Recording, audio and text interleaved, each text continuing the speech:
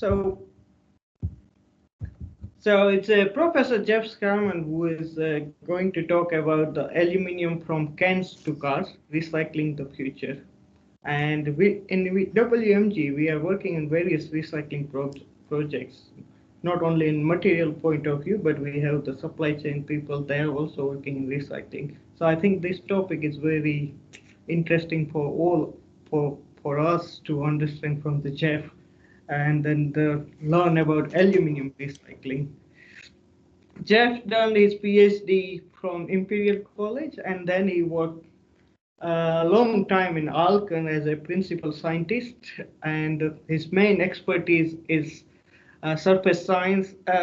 And then later on, the last 15 years, he's working in the recycling mainly. Initially, 20 years before he made the industry to think about recycling, and then he generated lots of funding and demonstrate the benefit of recycling. So over to you, Jeff. Okay, thanks, Hiran, and thanks you for inviting me to give this colloquium. This aluminium from cans to cars talk I've been running, I guess now, since about 2005. I think it was in its first guise, but it gets renewed every time. And since I haven't given it for a couple of months, most of the slides, or a lot of the slides that are in this version are actually new. So this is a great opportunity to test run some new slides. So I'm just trying to change the slide. Which isn't happening. Oh, it is, great. Okay, rather amusing on the colour of aluminium, because I heard a talk a few weeks ago on the colour of hydrogen. I was quite impressed that they were talking about blue hydrogen and black hydrogen and green hydrogen. And I thought, that's interesting. I wonder if we could start giving aluminium different colours. So immediately my thoughts came to the point that I thought that where aluminium is being made primarily with coal-fired electricity, that's definitely black aluminium. And then we have many shades of grey aluminium as we move from coal-fired electricity through to oil-fired electricity, to gas-fired electricity, to hydropower. So it becomes greyer and greyer. And then I read something about celestial aluminium made using solar generated electricity in the Gulf. And so that obviously becomes yellow aluminium. And then, but I don't think any of that really gets to the point where it's fully green yet, because it's still quite carbon intensive, particularly if you look at all the carbon intensity of all the stuff that happens before you get to the smelting operation, which is more difficult to make green. So I ended up just, obviously, from my point of view, I like calling aluminium from end-of-life scrap the green aluminium, because I think that has the potential to be the lowest carbon form of the metal, and it has the potential to be zero carbon if we can decarbonize the melting procedure by using hydrogen-fired furnaces, green hydrogen-fired furnaces, rather than gas-fired furnaces. So that's just a bit of musing to get us going. And this is just, I pinched one of European Aluminium's graphics and just changed the colouring so that you can see how I think it looks nicer now. You can go from the black through the greys down to the green, which I'm reserving for the end-of-life recycled aluminium scrap, because I think that at the moment is by far the lowest carbon form of the metal.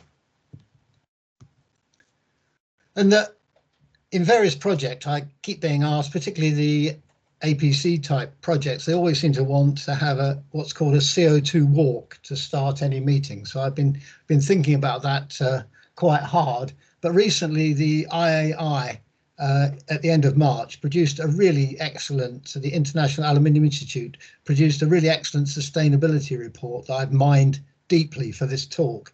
And this just really summarizes in just a few bullet points exactly what's required for the aluminium industry to decarbonize in order to be in line with the requirements that it should dramatically reduce its CO2 emissions by 2050. And what they're really saying is that the total emissions from the aluminium sector has to be reduced to about 250 million tons of CO2 equivalent from a baseline now of over 1,100 metric tons of CO2. And because if things don't change, that's going to get up to a lot more by 2050, a business as usual level of 1,600 million tons of CO2 equivalent. And this is really saying that in order to get there, in order to prevent aluminium's contribution to global warming getting out of hand, that all the electricity consumed in all these processes, particularly the smelting process, has to come down to this very low level.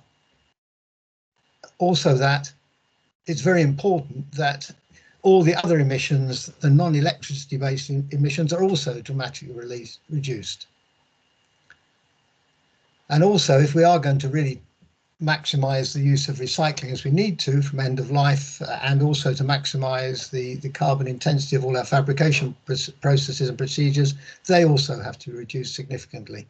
So there's a tremendous requirement for the aluminium industry to actually make a huge difference to its carbon intensity over the next 20 years.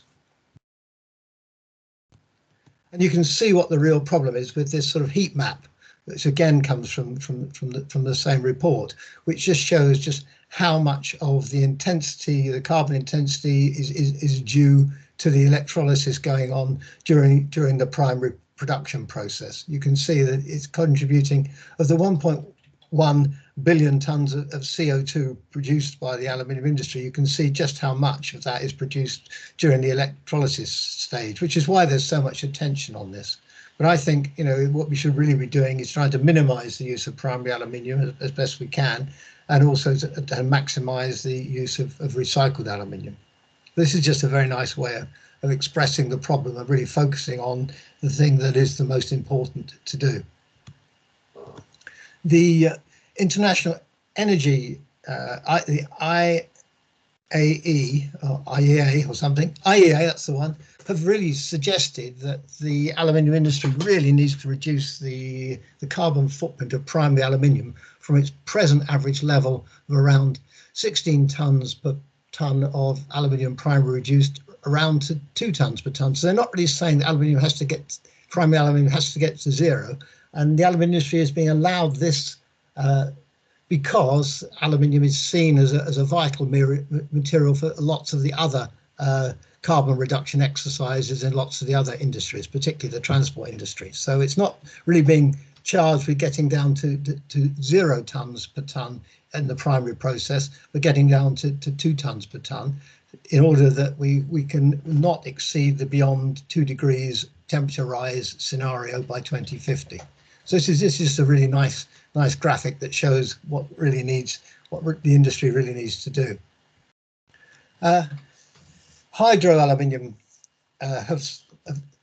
I think are probably one of the leading companies in actually looking at the generation of clean aluminium from the primary process, and they're not so obsessed as most of the others like Rusal and Rio Tinto with non-carbon use of non-carbon anodes, use of dimensionally stable anodes, so you're not consuming carbon in the process. And that's been going on for years and years, and I'm not really convinced that either Rusal or Elysis actually has anything that wasn't around 20 or 30 years ago. But it's going to be interesting to see if any of those processes ever get to the point of being properly commercialized.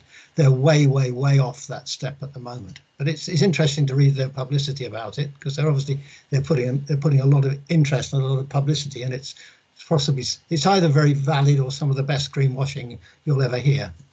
The the hydro approach is really is to progressively look at everything in the aluminium primary production chain that can be changed and can be improved. So they're looking at all areas from the bauxite through to alumina, through the anode production, through to all the power generation, smelting, casting, etc., to see what can be done.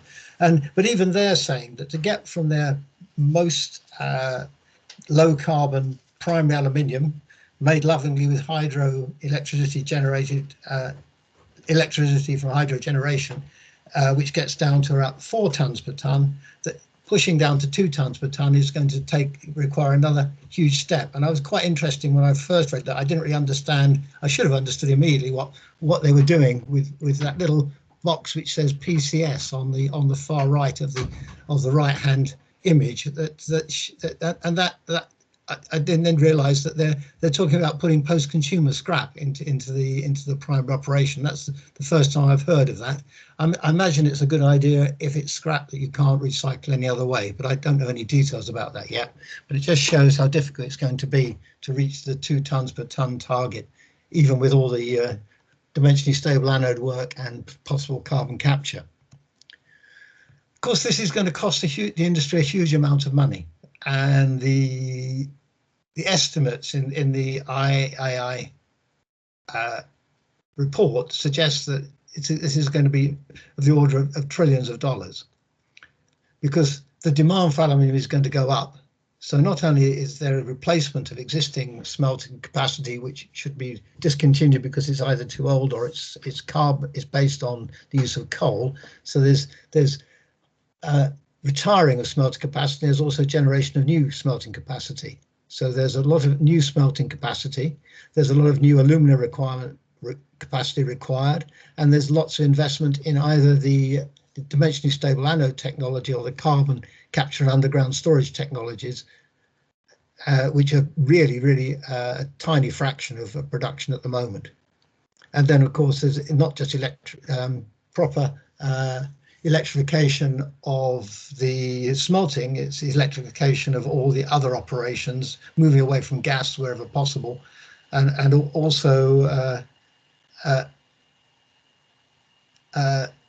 and that's both for the primary and the renewable sectors.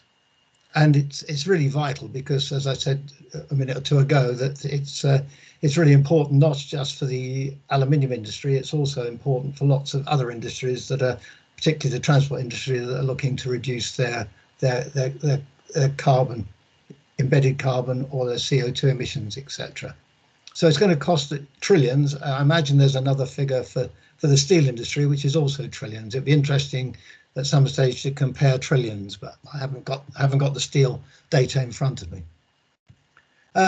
What's been going wrong in the world of aluminium is that more and more of the smelting that's been going on of aluminium has been based on the use of coal rather than the use of hydropower. You can see in over the history how the mix has changed, and if you look in more detail, that's almost entirely due to what's been going on in China. And as China has become the dominant supplier of primary aluminium worldwide, the carbon intensity of that aluminium supply has gone up and up. But this is just really just the final part from the IAI survey is that, or report is that this really shows what's absolutely critical. It shows the present situation, or the 2018 situation, with 64 million tonnes of primary produced, 13 million tonnes of prompt scrap going in to the mix, and 19 million tonnes of end-of-life scrap going into the mix. If things just run riot and nothing is done, that the primary will move to 88 million tonnes per year. There'll be more prompt scrap put in, and there will be quite a large increase in end-of-life scrap, but it shows a balance of 2018 of 59 million tonnes of end-of-life scrap. But if we actually do what's required to actually get to the better possibilities of a lower carbon aluminium industry, you can see it's looking at not such a huge increase in primary aluminium, perhaps just to 74 million tonnes. It's looking for the same amount of prompt scrap recycling, but it's looking for a really big increase in end-of-life recycling of old scrap. And that's the thing that really interests me. I have to show this slide because it's any BCAS talk has to show this slide, but it's been I think the only comment, and it's been around a long time, but it captures what we're really up to very, very well. That there are various stages of doing things well in the industry, and in all applications. One of the best ones is reduced usage by using your materials most efficiently, and obviously then reuse, remanufacture, recycling, recovery, go through slightly less favoured routes. And it really all this is trying to make sure is that we absolutely minimise what we're doing at the mining level. Of course, none of these things are particularly new. I like to show this slide, which shows Glenn Theodore Seaborg's vision from 1978, which I think where he captured what I think is really, really important in the world of materials, or the world of metals in particular, in a few simple words. That he said that, we've really got to change the way we look at primary and secondary materials. We have to consider the secondary materials as our primary resource, and our primary materials as only for top up for losses and for increased consumption in any particular application. So I think that captured it really nicely. Aluminium, the magic metal. So moving on to where the biggest problems are, just looking at a European point of view, that the biggest carbon dioxide problem comes from transport in Europe, and the biggest part of that problem is what's coming out of the car fleet. So we really need to be worrying about how we tackle the emissions coming from cars.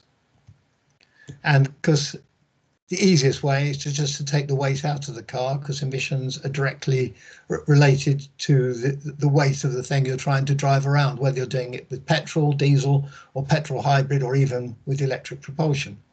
So you can see that the CO2 emitted in grams per kilometre of travel is really directly related to the curb weight of the vehicle you're driving. And if you can actually make vehicles that only weigh around half a tonne, you can get very, very low CO2 emitted per kilometre. It's the gift that keeps giving as you keep taking more and more weight out of the vehicle. What it really shows is that at this time, diesel looks better than petrol, which it still does, and petrol hybrids are really just about the same as diesel. So you start to think, what's the point of hybrids? And if you look at this, which I actually captured, I think last week, from the Transport and Environment website, it shows that hybrids are possibly the next big emissions scandal to hit the automotive industry, if this can be truly believed, because it just really shows that as usual with car CO2 emission figures, there's a huge discrepancy between the official rating and the real world rating. It's usually around about 40% the difference. And what this really shows is if you actually drive your company PHEV on motorways most of the time, the emissions are really quite dreadful. Hopefully no one's driving one of these. Fortunately, I can't see the audience. I can't see if anyone's looking particularly red-faced at the moment. So yes, we'd like to take the weight out of cars, but cars are actually increasing in weight, mostly. And that's really because we don't like killing so many people in cars these days. And it's mostly safety features that have actually meant that the progressive rate of increase of weight of the vehicle keeps going up. Plus, of course, the fact we always want more and more features on our cars. So it doesn't really matter who the manufacturer is. You can see that they're all suffering from weight increase as a function of time, and it almost seems to be remorseless, and that really is absolutely the thing we don't want to happen. Nicely, we're starting to see a big increase in EV sales, hopefully mostly of pure BEVs rather than various forms of dreadful hybrid, but while the tax regimes are as they are, it's probably not happening quite as well as it should. Even with electric vehicles, we really want to drop the weight of vehicles driven by batteries, because if you can take the weight down, you can get much better range on the same weight of battery. Or if you're happy with the range, you can if you take the weight of the vehicle down, you can drop the weight of the battery, and of course that means money. That's quite an old graphic that I put together a few years ago, which needs to be changed to really take into account the fact that battery pack prices are dropping dramatically with time, which almost at the point where the manufacture and selling price of an electric vehicle will be very cost competitive with an internal combustion engine vehicle very soon. The thing that's driving the OEMs to make the change to electric vehicles isn't really because they really want to do it, it's because they have to do it to stay in business. And you can see that the legislated requirements to actually achieve a certain CO2 efficiency per kilometre driven is really starting to bite. And you can see again from just from the web, just looking for what sort of fines a company's paying and have been paying and are likely to pay in 2021 and 2022. You can see it's really starting to hit home for not meeting the legislated requirements, and you can see various different car companies and how much money they're having to hand back or have to pay as fines for not achieving CO2 targets. And you can see it's a huge incentive to bring out more and more hybrid and electric vehicles.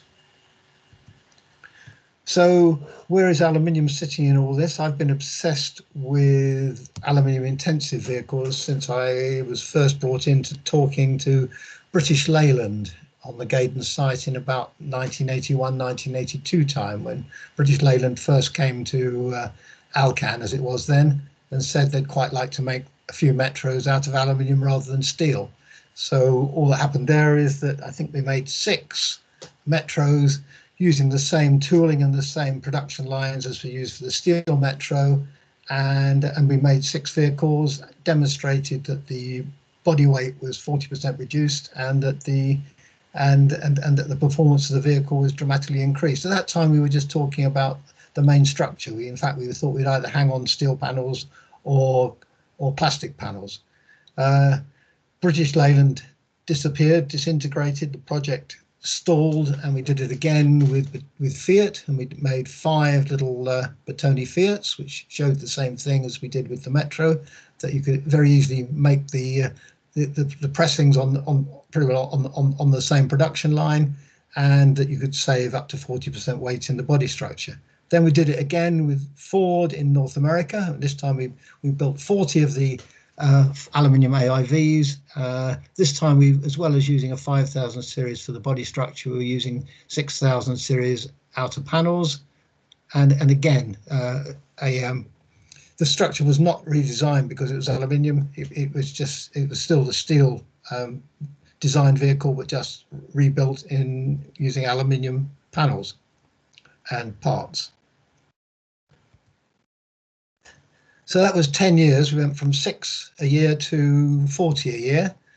In 2003, Jaguar Land Rover really took up the aluminium intensive vehicle story, and we eventually produced the first series of XJs at a build rate of about 30,000 a year, using essentially the same technology that was in the Metro, but clearly now with the 6000 series external panels. We hadn't convinced JLR that spot welding was effective enough for aluminium compared to steel, so there was a lot of use of both adhesive bonding and rivets. So each Jaguar XJ comes with more than 3,000 complementary steel rivets to hold it together. This technology was then transferred from Jaguar into Range Rover.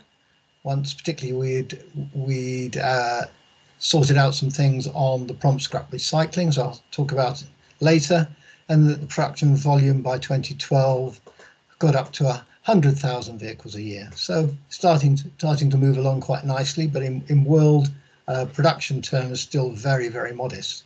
The next one I put in this slide because it's showing laughably or perhaps not quite so laughably, it was meant to be showing that the technology could be moved down to more affordable vehicles. But I still don't consider the Jaguar XE to be an affordable vehicle to most people's pockets. But at least it was moving from the executive type class down to the D-class vehicles.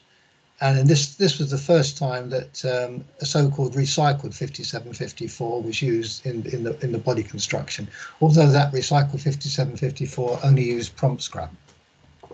Then the most interesting thing was really through the Jaguar link to Ford at the time. Ford then decided to make their F-150 truck a body out of aluminium rather than steel. And that's quite interesting because they're now making that at around 1 million examples each year, which is really staggering. I think when I put this together, it was about 100,000 a year, but now I think it's closer to 1 million a year.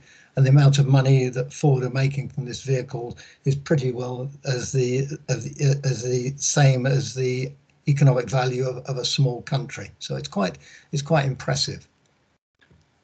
So in two slides, we go from 6 per year up to 1 million a year, showing that the technology is quite robust. But obviously, 1 million vehicles out of the 90 million made every year, I think it's about right, is still a long way to go.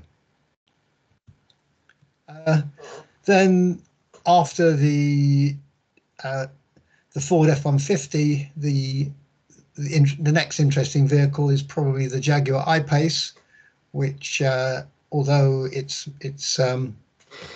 produced by Jaguar, it's not produced in the UK. It's produced in the Czech Republic or Slovenia. I can't remember quite which one, but it's still using essentially the same way of mass producing an aluminium intensive vehicle. This was probably the last vehicle that Mark White at Jaguar Land Rover was responsible for designing and pushing the aluminium initiative. And since he's left JLR, the enthusiasm and interest in aluminium has dropped considerably. But it just shows you that that the aluminium body structure is quite a nice complementary use of mainly sheet, but with some castings at nodal points, extrusions, and still a few steel stampings, but it's predominantly still an aluminium structure. And they're very proud at how strong and how lightweight this body structure is. The Tesla story is probably the latest story, and this should be the one where the aluminium intensive vehicle goes from mass-produced or mass-producible internal combustion fueled vehicles and modest numbers of electric vehicles to a mass market electric vehicle, as exemplified by the Model 3 or the Model Y. But you can see what happened, that Tesla were very keen on aluminium intensive structures through the Model S and the Model X. But then when they got to the Model 3, they were, I think ArcelorMittal camped on top of them and offered them as much money as they wanted to switch to steel, which they did. So that really spoilt that aluminium intensive vehicle initiative, and so aluminium in the Tesla Model 3 and the Model Y is still there, but it's quite limited as to what parts of the structure it's now used for. And there's some really interesting stuff happening at Tesla in terms of use of aluminium vehicles. It's really going back to the dark ages when aluminium in vehicles was first thought of by companies like Ford and Pierce Arrow, when they actually decided to cast huge bits of cars. To me, it seems a very retrograde step, because the idea is that you get efficiency of manufacture and you get integration of parts in a huge way. So, for example, I think in the illustration it says that from the Model 3 with essentially a multi-component underbody, rear underbody with 70 pieces, the Model Y underbody, which is this huge casting, or in fact 2 huge castings at the moment, is just down to 2 parts. So there's huge part integration, but it actually weighs more than the part it's replacing, which I never think is a good idea. But just to give you an illustration of what's required to do a high pressure die casting of this size, you can see what looks like a scale model of the machine, and then you can see the actual machine at Tesla, and you can see the man standing beside it, to give you an idea of just how big it is. I'm not sure this is the right way to go, but the interesting thing that Elon Musk is doing is he's actually taking his prompt scrap from the press shop, which you'll get about 50%, and he's moving it directly, and it's going directly into the casting alloy. The casting alloy is a blend of press shop scrap, which is modified to add silicon to give you a fairly standard sort of A356 type casting alloy, but that's what it's being done. I think that he'd be much better using his prompt scrap back into wrought and looking for somewhere else, some other scrap streams, a Mendelweis scrap stream for his casting alloys. Why are we so obsessed with making the alloys, whether it's a casting alloy, an extrusion, or a sheet alloy in particular, from scrap?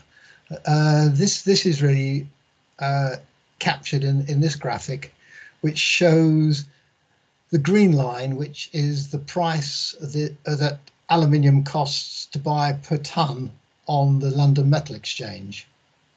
And you can see how the price bounces up and down, but you can probably draw a line through it at around $1,300 to $1,400 a ton, and that will give you the rough price of a ton of aluminium over that time period. And you can see the price of either used beverage cans scrap or old rolled scrap from construction sites. It's a lot less than that, and it usually sits around 50 to 56% of the LME price. Goodness knows how that gets fixed, but it does, because you can see the scrap curves, or the scrap lines price trends exactly follow the LME trends. The JLR line is the line that Mark White said. He said that if we really wanted aluminium to become the material of choice for use in most car builds, that the price paid for aluminium automotive sheet had to be down below $1,400 a ton, which is where the orange line on that graphic is.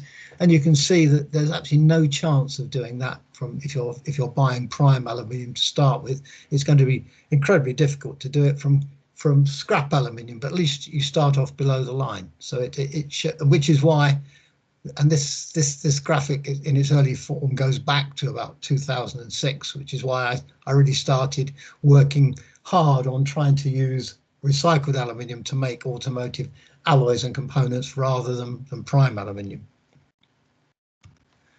So where can we get this end-of-life scrap from? This is a very old slide. You probably blow it, a lot of dust will come off it, but it shows the picture of UK end-of-life scrap as seen by Henry Dickinson of Norton Aluminium in 2006, and it gives a rough idea of his idea of the tonnages available in each scrap category and the rough composition. And very quickly, when you look at this table from 2006, you can see that it really is either the old rolled aluminium, which is either old rolled or old extruded from end-of-life buildings, either in its loose form or baled form, which he was suggesting there's 600,000 tons. There may be quite a lot less than that around, really. Or the shredder alloy, which is the aluminium fraction that comes from end-of-life vehicles after they've been shredded and gone through a magnetic separation. So it's and possibly sink float separation to get the aluminium fraction out. But they're the scrap streams that are most promising to look for in terms of where you might find material that you can put back into alloys for automotive use. So we managed to run a series of projects with Jaguar Land Rover based on this whole idea of using more and more scrap. The first one was real car. You can see the range of partners underneath. JLR brought in Novelis as their tame automotive sheet supplier. Innoval were in because they sort of were Alcan history. Norton for the information on scrap and scrap melting. Brunel for some technology. Stadco for stamping, etc. And that really looked at the whole possibility of what we could do with press shop scrap. And what we did, we looked at how contaminated the press shop scrap could be with iron, and we could still make 5754 sheet that would roll. You can see that one's got some nice edge cracking. That's one we actually put too much iron in the trial coil, and you can see we've got cracking of the edges, which isn't very nice. If we put any more in, we actually got cracking of the ingots as well. Once we realized we could make 5754, which would be perfectly acceptable to build cars with from press shop scrap, the whole idea was how could we actually change the way the press shops ran such that that fraction of 5000 series alloys could be retained back to Novelis for remelting into 5754. And that turned out to be a much longer and more difficult task than we thought. And then obviously there was the requirement that Novelis then took back this scrap and paid Jaguar Land Rover an inverted commas fair price for it, rather than, as was happening, that the scrap from press shops was essentially just going into the scrap supply at quite a low price. So that changed the dynamics of the of building cars out of aluminium for Jaguar Land Rover. This just shows that eventually its first use in Ango was on the Jaguar XE, as I've said before. And we get this general view that this is how we should be handling the whole business of building cars, looking after our scrap at every stage and feeding the alloy manufacturer as best we can with old scrap and prompt scrap, rather than ever thinking of putting prime aluminium into the mix. To skip over that just really shows that even for Jaguar Land Rover to measure its press shop scrap was quite a considerable investment in all its stamping plants and its third-party stamping plants, but it did all eventually come together and make a lot of sense. In Real Car 2, we looked at much the same group of partners, but we looked at whether we could look at other forms of scrap, like scrap from domestic waste, scrap from mechanical biological treatments, plants, etc. Could we use that to actually feed into the system? And we got to learn a lot more about scrap, but also we got to learn about how difficult it is to actually separate some of these scraps into useful fractions to get them in a form where you can actually put them back into the 5754. So I think Real Car 2 overall was slightly less successful than Real Car 1, but it didn't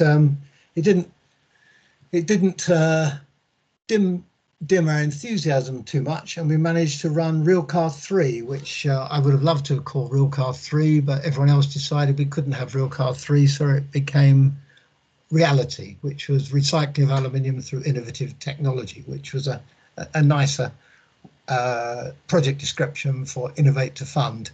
And that's again similar series of partners, but this time we were really switching our attention to 6000 series alloys and switching our attention to end-of-life scrap rather than prompt scrap.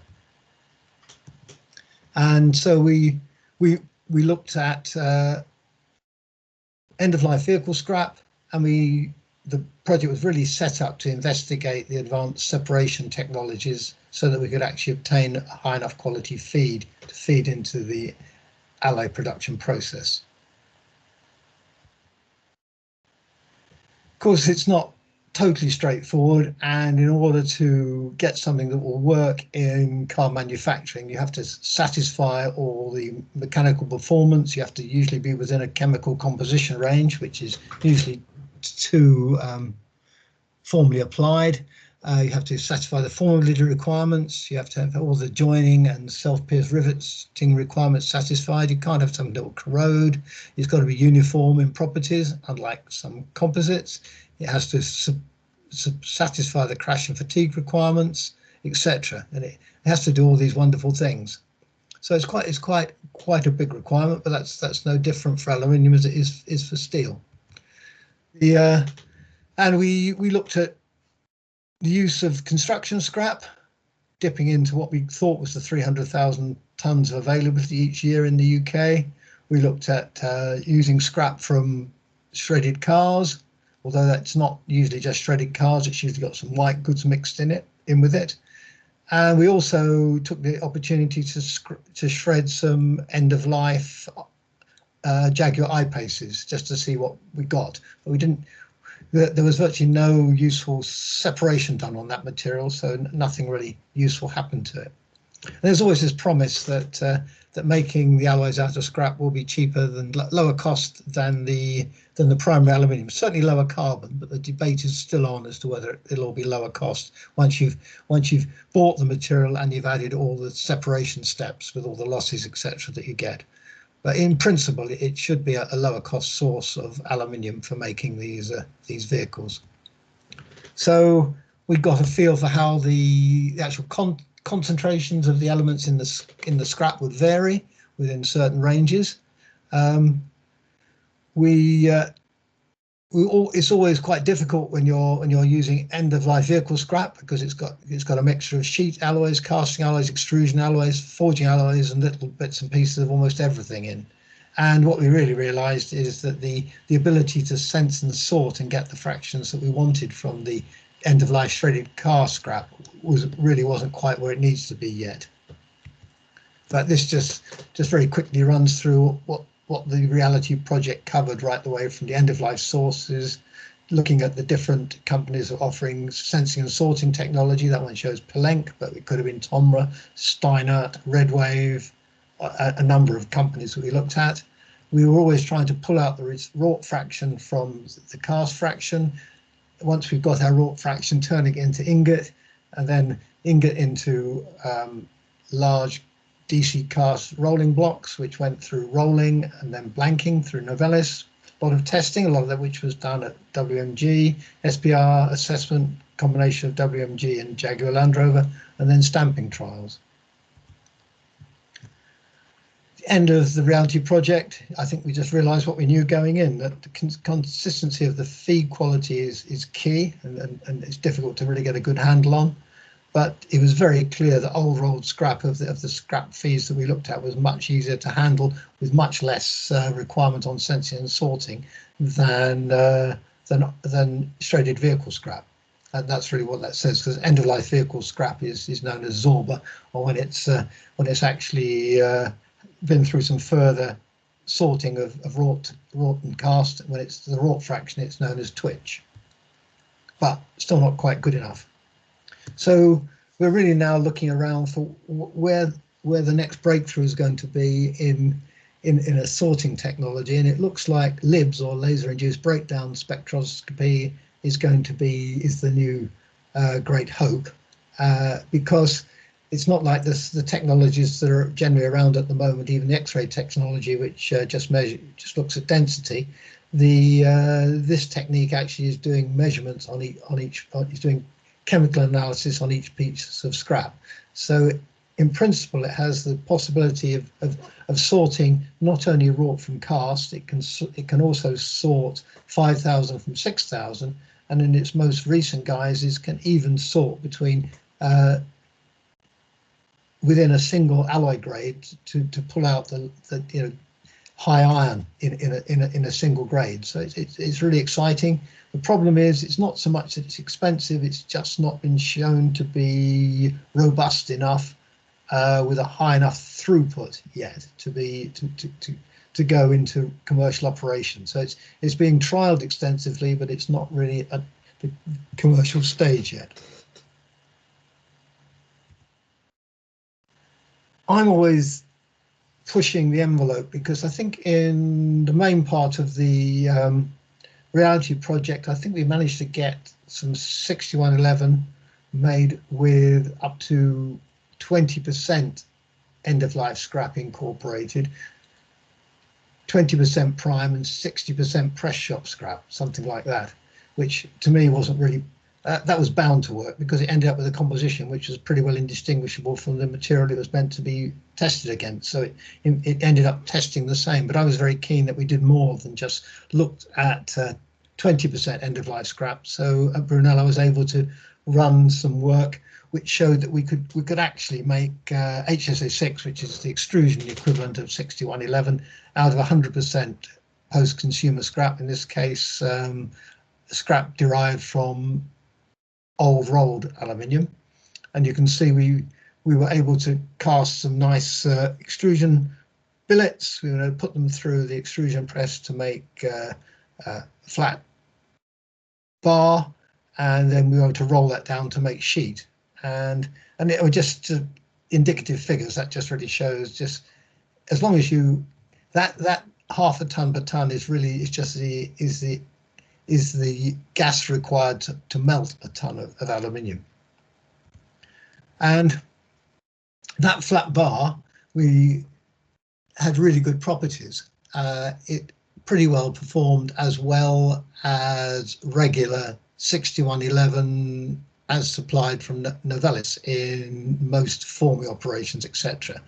In a further project called Raceform, which was an APC project, we were able to run that procedure again at Brunel, but this time I've been talking to a company called Scan Metals, who are actually separating the aluminium fraction out from incinerator bottom ash in Wolverhampton, using a lot of sensing and sorting technology, mainly based on infrared and X-ray sorting, so density sorting, and they have something called the Lion Queen grade, which is roughly seen there, which has got a composition which actually blends very, very well into 6111.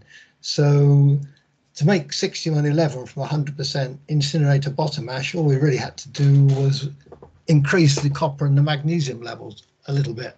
And I think I'd probably put in a little bit more titanium, manganese and chromium to make sure we didn't have any coarse outer band.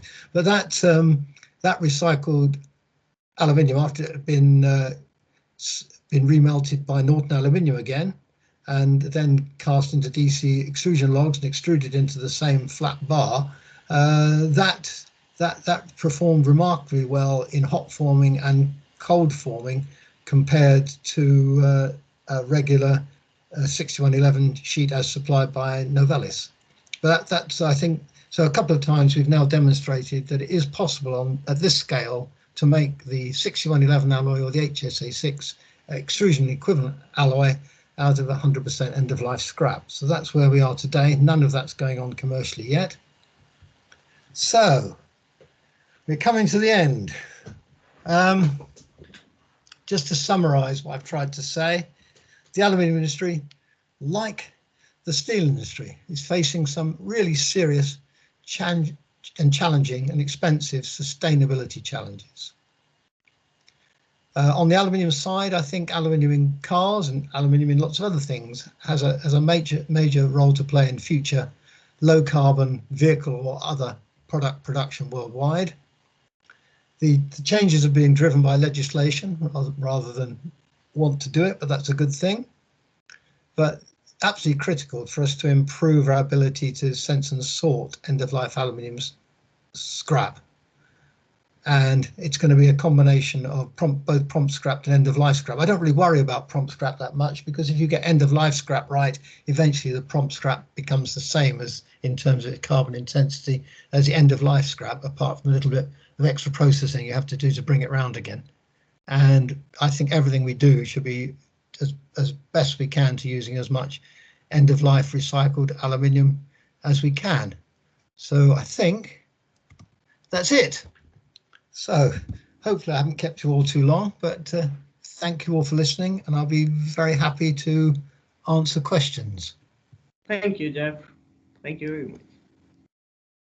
Is there any question from the audience? Can I ask? Yeah. Thanks so much, Geoff. It was a lovely a lovely summary of where things are and the history of where we've got to. And I think that, you know, that coming down to the sorting is absolutely right. I think we recognise it from the steel industry side. Yep. I think that sorting is critical.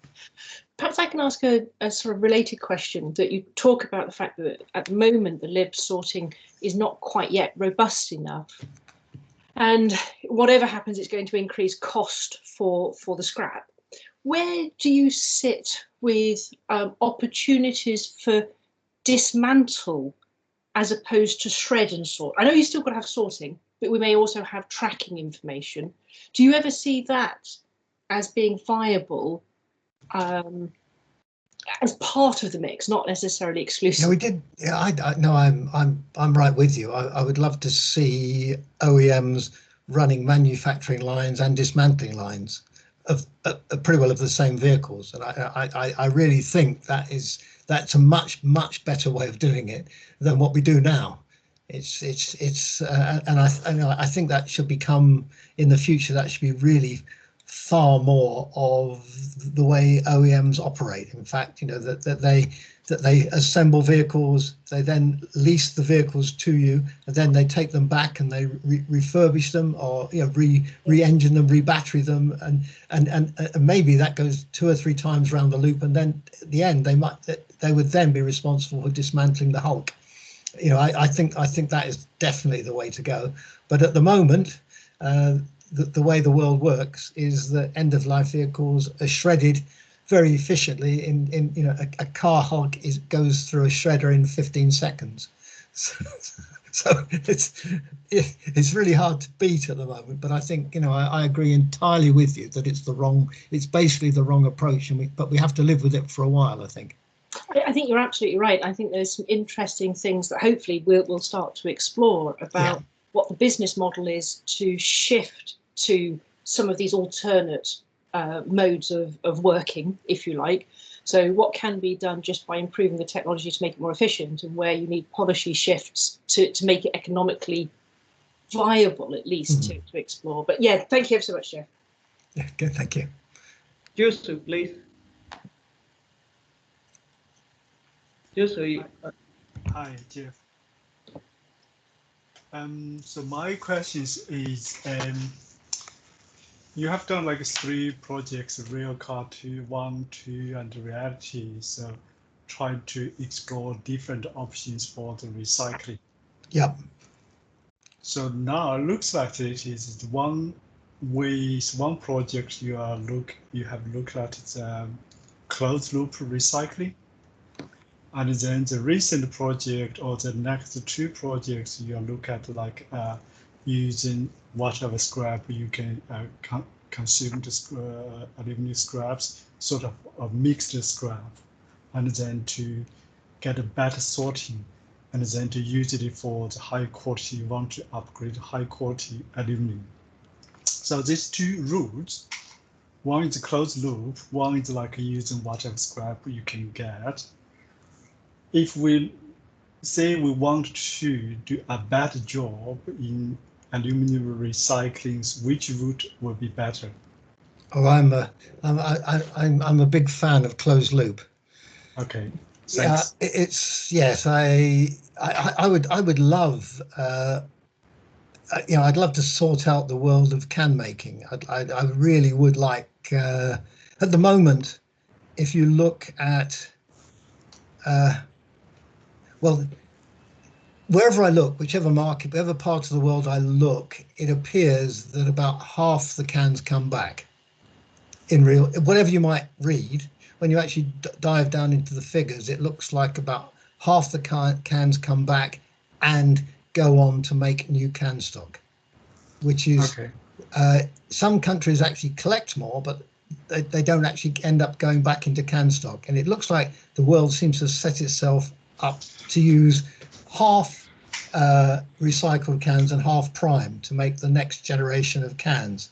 And the even more crazy thing is that half of the can stock has a very high recycled content, approaching 90%, and the other half is made entirely from prime, and it's just wrong.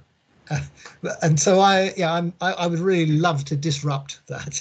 And so I at the moment, in fact, that's more where I'm spending more of my time in that area rather than in cars at the moment. But it's yeah, I really think and I think the United States have thrown away, I think, 1.7 trillion aluminium cans to date, which is absolutely appalling. But anyway, that's so yeah. So I really like aluminium siloed in uses and being looked after in those uses in a closed loop as far as possible. So that means your idea is actually from cans to cans, from cars to cars, not absolutely. No.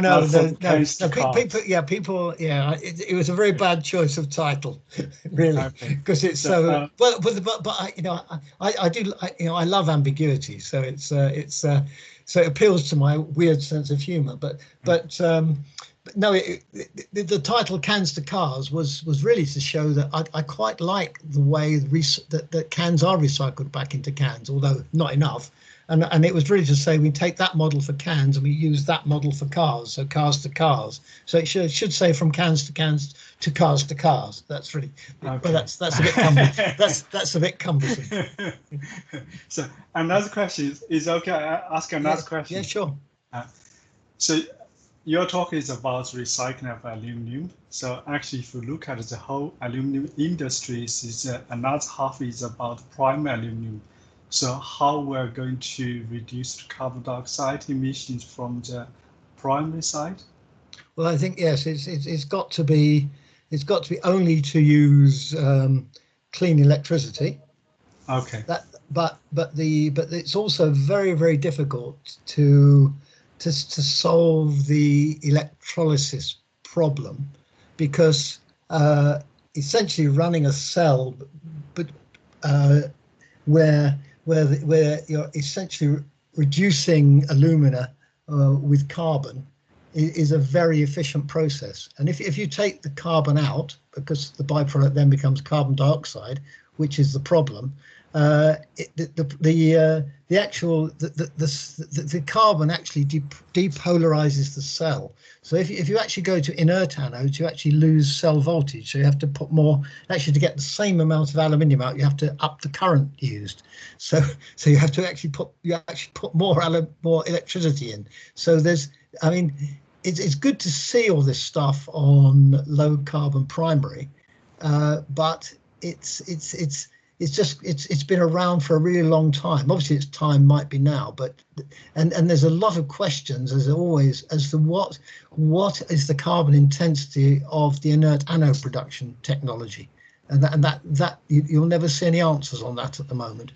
I mean, it's a good thing, and certainly Apple are getting lots of good publicity out of it, but how real it is, I don't know. I actually think carbon capture and storage is going to have a bigger effect on that, and I think we might end up still reducing aluminium with carbon rather than inert anodes, but we'll see. But if you solve the electrolysis problem, you've still got lots of issues with primary aluminium, with all the bauxite to alumina transition, all the red mud problems, there's an awful lot which almost doesn't get talked about, while the focus is on the smelting technology itself. So, which is why I prefer to duck out of all that, because I know how difficult it is, and say, well, let's subvent the problem by closed loop recycling of end of life aluminium, and really only use primary to top up where those loops fail, or where the loop is expanding. Okay, thank you.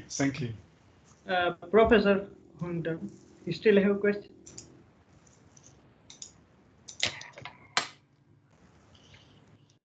Hello. Yeah. Hi. Oh, hi. Right. Hi, Geoff. Yeah. So first of all, I suppose say probably in the recent you have played a very big role in promoting aluminium R&D, or in collaboration with industrial partners.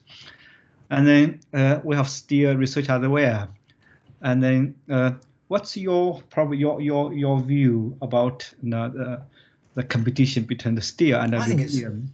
Right. I think it's great. I wouldn't have it any other way. I think it's otherwise. It's a little known fact that I did my PhD on steel. So you know, I was very happy to switch to aluminium because it was lots of interesting things to do. But no, I think I really like what the steel industry is doing in terms of improving the properties of steels.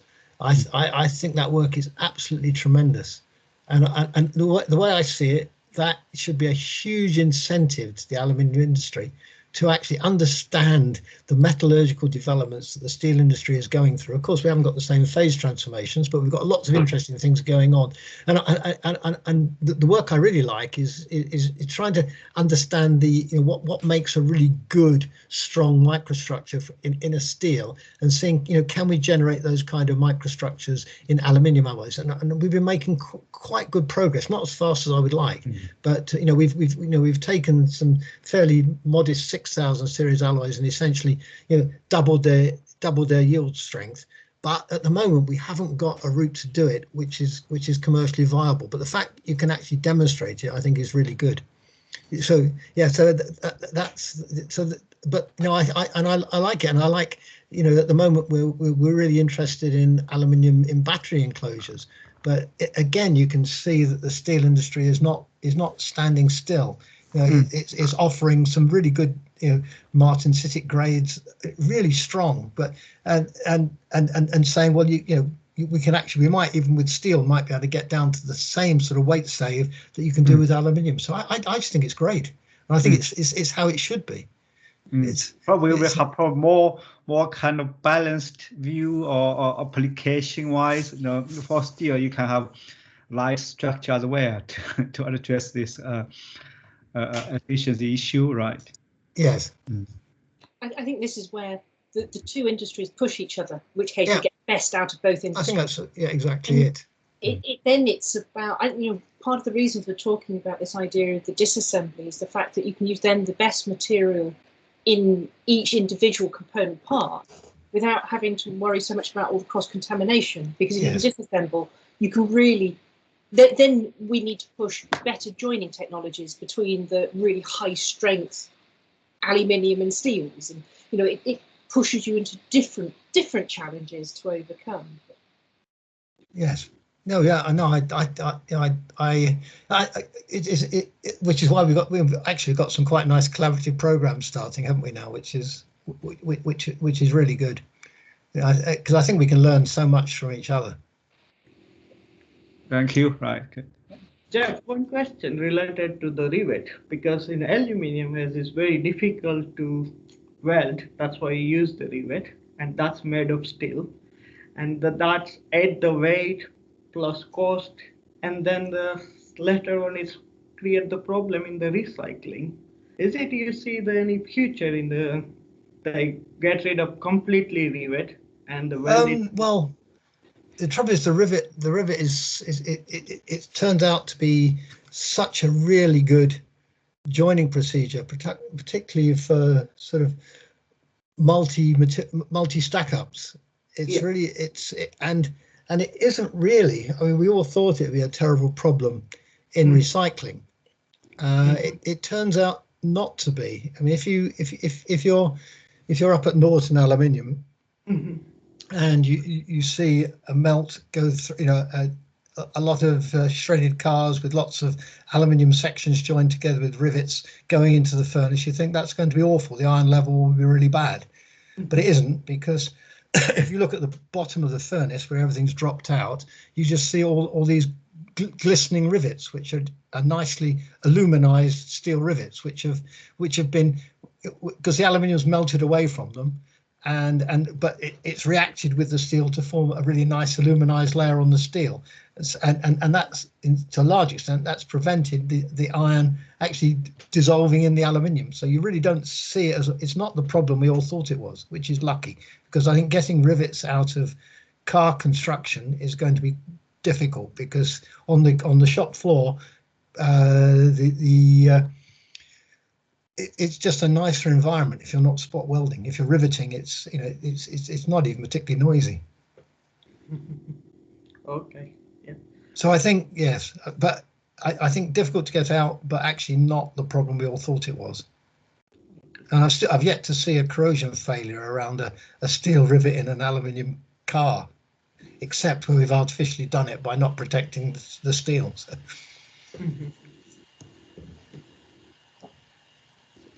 Any more questions?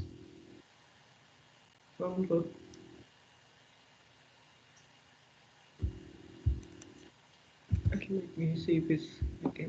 No, that's just to say thank you very much, Jim. That was a very enjoyable talk to listen to, and I think one particularly for those within the group who are looking at steels, it's just that reminder to think about the ways in which we recycle, the way we need to plan going forward. I think, there are so many parallels between the two. It's nice to see it from a different perspective than the one we would come at it naturally. So thank you very much. Great stuff. Yeah, well, thanks, Hiran. Thanks for you, all of you. Thanks for you for listening, and thanks for Hiran for inviting me. Thank you. Thank Thank you. you. Thank you. Bye. Bye now. Bye bye. All right. Bye everyone. Thank you. Bye. Bye. Thank you.